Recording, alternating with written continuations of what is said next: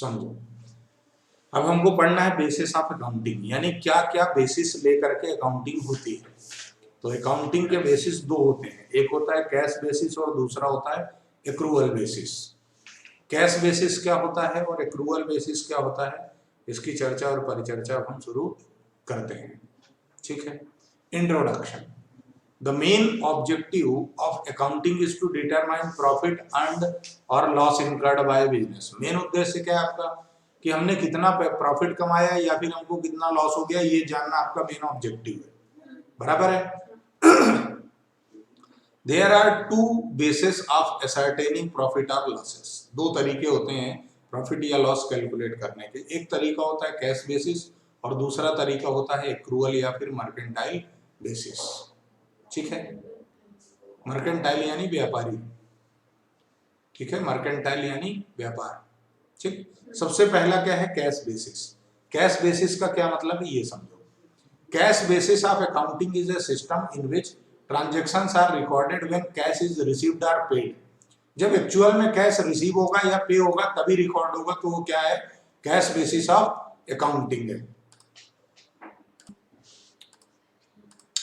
तो cash basis में कब रिकॉर्ड करोगे जाओ, जब आपको एक्चुअल में कैश मिलेगा या फिर आप एक्चुअल में पेमेंट करोगे। जैसे डॉक्टर हो गया, लॉयर हो गया, वकील हो गया, ये लोग क्या करते हैं, cash basis system of accounting maintain करते हैं। बराबर। Next, revenue is recorded when cash is received. Revenue सिर्फ तब रिकॉर्ड करोगे जब एक्चुअल में कैश आपको मिल जाएगा। इसका मतलब क्या है, क्रेडिट सेल या क्रेडिट ट्रांजैक्शन, यहाँ गाना याद रखो बेटा, नगद वाले डिस्को उधार वाले किसको। ठीक है, सिमिलरली एक्सपेंसेस, जैसे रेवेन्यू जब पैसा मिलेगा तभी रिकॉर्ड करोगे, ऐसे ही एक्सपेंसेस में क्या है, जब पेमेंट करोगे तभी रिकॉर्ड मेंटेन करोगे, नहीं तो रिकॉर्ड मेंटेन करने की कोई जरूरत नहीं है। किसमें, कैश बेसिस में। So under cash basis of accounting only cash transactions are recorded and credit transactions are ignored till the cash is received or paid. Credit transaction तब तक इग्नोर रहेगा जब तक उसमें कैश या तो रिसीव नहीं हो गई या फिर आपने कैश का पेमेंट नहीं कर दिया। तो प्रॉफिट और loss of an accounting period is calculated at the difference between actual cash receipt minus actual cash payment. Profit या लॉस कैसे निकलेगा कैश बेसिस में, एक्चुअल जो आपको कैश रिसीव हुई है उसमें से माइनस क्या कर दो, एक्चुअल जो आपने पेमेंट किया है वो। आउटस्टैंडिंग प्रीपेड इनका कोई कॉलम यहाँ पे नहीं होता। ठीक है, बराबर है। चलो,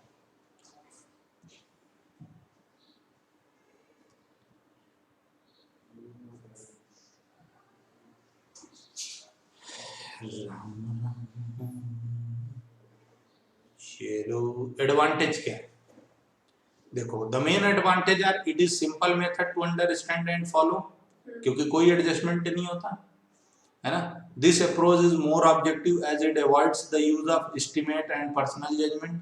इसमें तुम्हें कोई जजमेंट लगाने की जरूरत नहीं है, ट्रांजैक्शन कंप्लीट हुआ, क्या हुआ, जो भी तुमने अकाउंटिंग प्रिंसिपल पढ़े, यहाँ तो सीधा सा हिसाब है, पैसा आया तो लिखने का, गया तो लिखने का, नहीं तो बाकी भूल जाने का। ठीक, it is suitable for those enterprises where most of the transaction are on cash basis। ये सिर्फ उनके लिए सुटेबल है जहाँ ज्यादा कैश का ही काम होता है। जैसे मैंने भी बताया ना, डॉक्टर वगैरह के यहाँ कोई उधारी चलती है, नहीं चलती। ठीक है, किराना वगैरह वाले ये लोग। डिसएडवांटेज क्या है कि ये आउटस्टैंडिंग और प्रीपेड को कंसीडर नहीं करता, अकाउंटिंग प्रिंसिपल को फॉलो नहीं करता है ना, अकाउंटिंग स्टैंडर्ड को फॉलो नहीं करता। यहाँ पर कोई कंसिस्टेंसी नहीं होती, यहाँ पर कंसिस्टेंसी नहीं होती। ठीक है, एक्रूअल बेसिस ऑफ अकाउंटिंग की शुरुआत करते हैं, जो तुमने पढ़ा डबल एंट्री सिस्टम। अब according to accrual basis of accounting, revenue and expenses are recorded in the period in which they become due rather when they are received और paid. जब उनका ड्यू हो जाएगा, यानी या तो पेमेंट की लायबिलिटी आ जाएगी या रिसीव करने का हो जाएगा श्योरिटी, तब आप उसको रिकॉर्ड कर लोगे, एक्चुअल सेटलमेंट का वेट नहीं करोगे। हमने जब अकाउंटिंग प्रिंसिपल पढ़े तो हमने दो चीजें पढ़ी थी, एक रेवेन्यू रिकॉग्निशन और दूसरा एक्रूअल कॉन्सेप्ट और रेवेन्यू रिकॉग्निशन कॉन्सेप्ट। दो कॉन्सेप्ट पढ़े थे, वो दोनों यही है, accrual basis of accounting. Under this system of accounting, a transaction is recorded in the books when it is entered into and not when the settlement takes place. समझाया था, goods का ऑर्डर मिला, आपने गुड्स सेंड कर दिए, अगले को receive हो गए, आप सेल रिकॉर्ड कर लो, बंदा परचेज रिकॉर्ड कर लेगा, एक्चुअल पेमेंट जब मिलेगा तब देखेंगे, सेटलमेंट का वेट नहीं करना। आपने रूम किराए पर दिला दिया, अगला रहना शुरू हो गया, आपको कमीशन मिला या नहीं मिला, आप अपनी इनकम रिकॉर्ड कर लो, बराबर। ये होता है एक्रूअल। और यहाँ पर क्या होता है, expenses, income earned minus expenses incurred. Paid नहीं होता यहाँ पे ना, वहां पर क्या होता था कैश बेसिस में पेड और रिसीव्ड, लेकिन यहाँ पर अर्न्ड और एक्रूड है, इनकर्ड मतलब हो जाए, ट्रांजैक्शन कंप्लीट जो हो गए, जो आपने रिकॉर्ड कर लिए, वो पेमेंट मिला हो या ना मिला हो। ऑब्जेक्टिव क्या है, देखो ये मोर साइंटिफिक होते हैं और ये अकाउंटिंग प्रिंसिपल और अकाउंटिंग स्टैंडर्ड को फॉलो करते हैं, और यहाँ पर एक्चुअल करेक्ट प्रॉफिट या लॉस का डिस्क्लोजर होता है।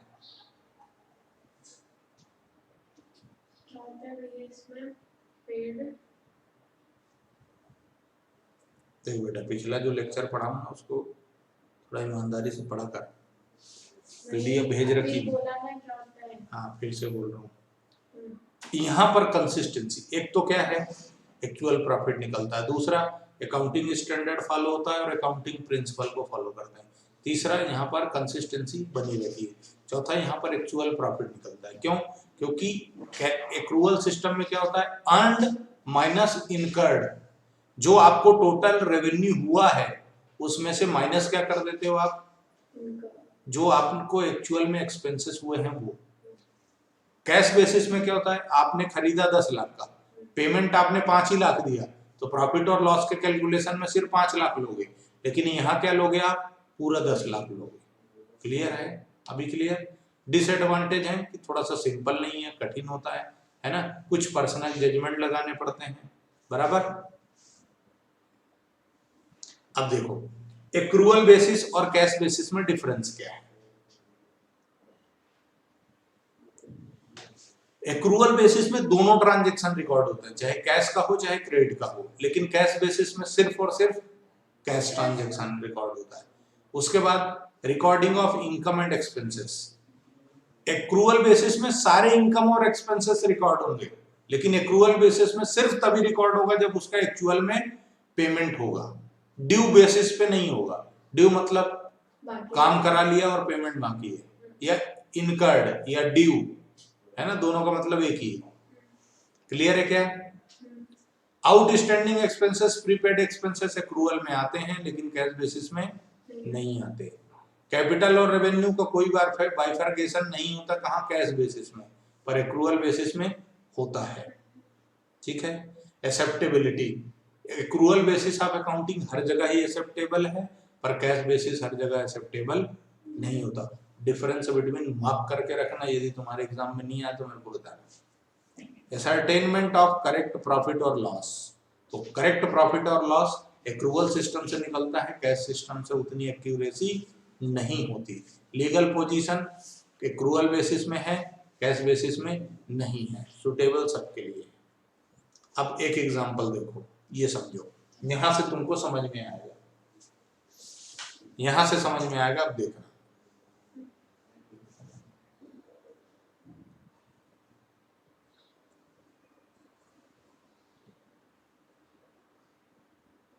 देखो क्या बोला उन्होंने, during the accounting period 2018-19 Udit had total sales 5,80,000, total sale है 580, out of which cash sales 370। Cash में कितने रिसीव, देखो साल भर में बंदे ने बेच कितना दिया, 5,80,000, पर उसको कैश कितना रिसीव हुआ, 370। ठीक है। टोटल एक्सपेंसेस उसके हुए 2,80,000, पर उसने पेमेंट सिर्फ कितने का किया है, 70,000 का।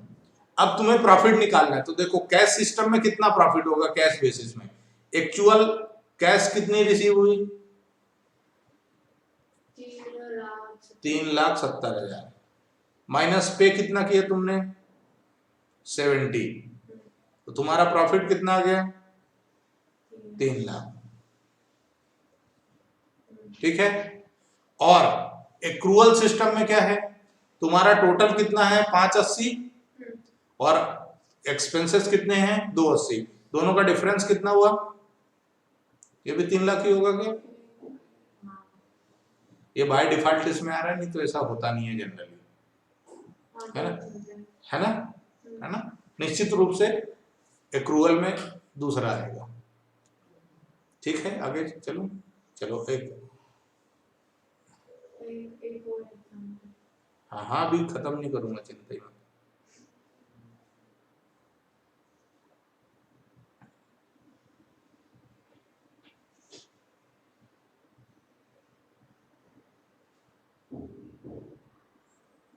ये देखो यहाँ,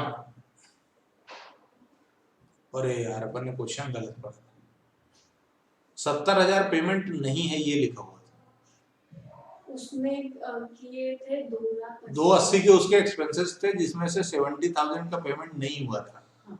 ये पर अपन ने उसको यूं पढ़ लिया कि 70 का पेमेंट हुआ है, इसलिए गलती हो गई। तो कैश बेसिस में क्या 270 में से जो 70 का पेमेंट नहीं हुआ है वो माइनस हो गया, तो बचा कितना 210, तो 370 माइनस 210, तो प्रॉफिट कितना हो गया 160 बराबर है। और एक्रूअल में 3 लाख सही है, वो अपन ने उधर पढ़ गलत लिया था। ये इसमें 3 लाख उसमें से माइनस करें, 3 में से 210 माइनस होंगे जो एक्चुअल पेमेंट हो गया। ले दूसरा एग्जांपल देखें, वो उसमें पढ़ने में इस बार पूरे होशोबाद बिना किसी नशे पत्ती के। In the financial Aman earn a total revenue 6,90,000 का टोटल रेवेन्यू है कैश क्रेडिट मिला के, out of which 470 was received in cash. ठीक है, 470 कैश में मिला। The total expenses paid by him were 440, actual payment उसने कितना कर दिया 4,40,000। ठीक है ना, तो देखो उसका प्रॉफिट कितना हुआ, 470 का कैश रिसीव और 440 का पेमेंट, तो नेट प्रॉफिट कितना हुआ कैश बेसिस में 30,000। 470,000 क्या है, पढ़, out of which 470 was received in cash receipt कितनी 470, पेमेंट कितना 440, दोनों का डिफरेंस क्या है, प्रॉफिट है किसका, कैश बेसिस का। अरे यहाँ लिखा हुआ है रेवेन्यू कैश इनफ्लो 470 और एक्सपेंसेस पेड कितने 440, तो प्रॉफिट कितना 30। ठीक है, बट एक्रूअल बेसिस में टोटल रेवेन्यू कितना है 690, एक्रूअल बेसिस में टोटल रेवेन्यू कितना है 690 और टोटल एक्सपेंसेस कितने हैं टोटल 440। अब देख ये क्या बोल रहा है, total expenses paid by him were 440 out of which 20,000 for 1920। Accounting कब की कर रहे हो 19-20 की, है ना, सॉरी 18-19 की, पहली लाइन 18-19 की अकाउंटिंग कर रहे हो। और वो क्या बोल रहा है 440 का हमने पेमेंट किया है जिसमें से 20,000 कब का है